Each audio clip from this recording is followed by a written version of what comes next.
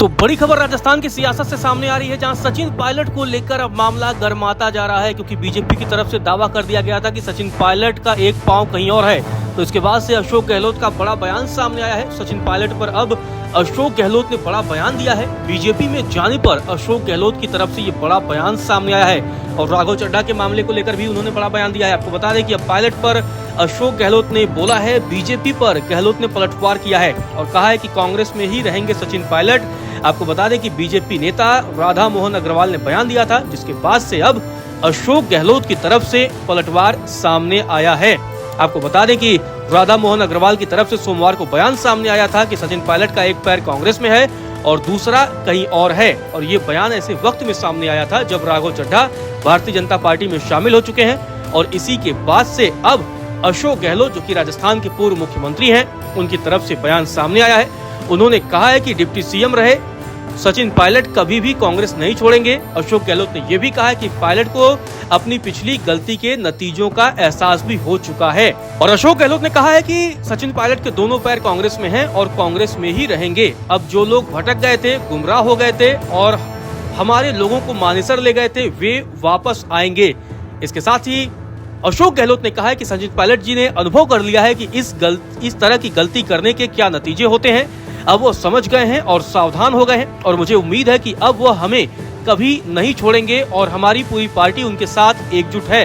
आपको बता दें कि 2020 में राजस्थान की सियासत में तब भूचाल मचा था जब सचिन पायलट कई विधायकों के साथ चले गए थे और उस वक्त एक ऑडियो क्लिप लीक हुई थी, जिसमें गजेंद्र सिंह, जो कि ऐसा माना जाता है कि वो केंद्रीय मंत्री गजेंद्र सिंह शेखावत की बात है, और एक बिचौलिया संजय जैन का जिक्र था और तत्कालीन कांग्रेस विधायक भंवर लाल शर्मा और मंत्री विश्वेंद्र सिंह शामिल थे।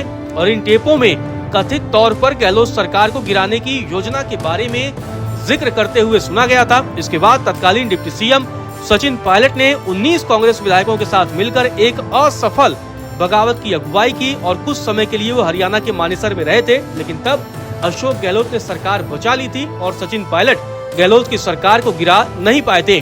और अब गहलोत की टिप्पणी ऐसे वक्त में सामने आई है जिस दिन बीजेपी के राष्ट्रीय अध्यक्ष नितिन नवीन ने पार्टी अध्यक्ष के तौर पर राजस्थान का पहला दौरा किया है।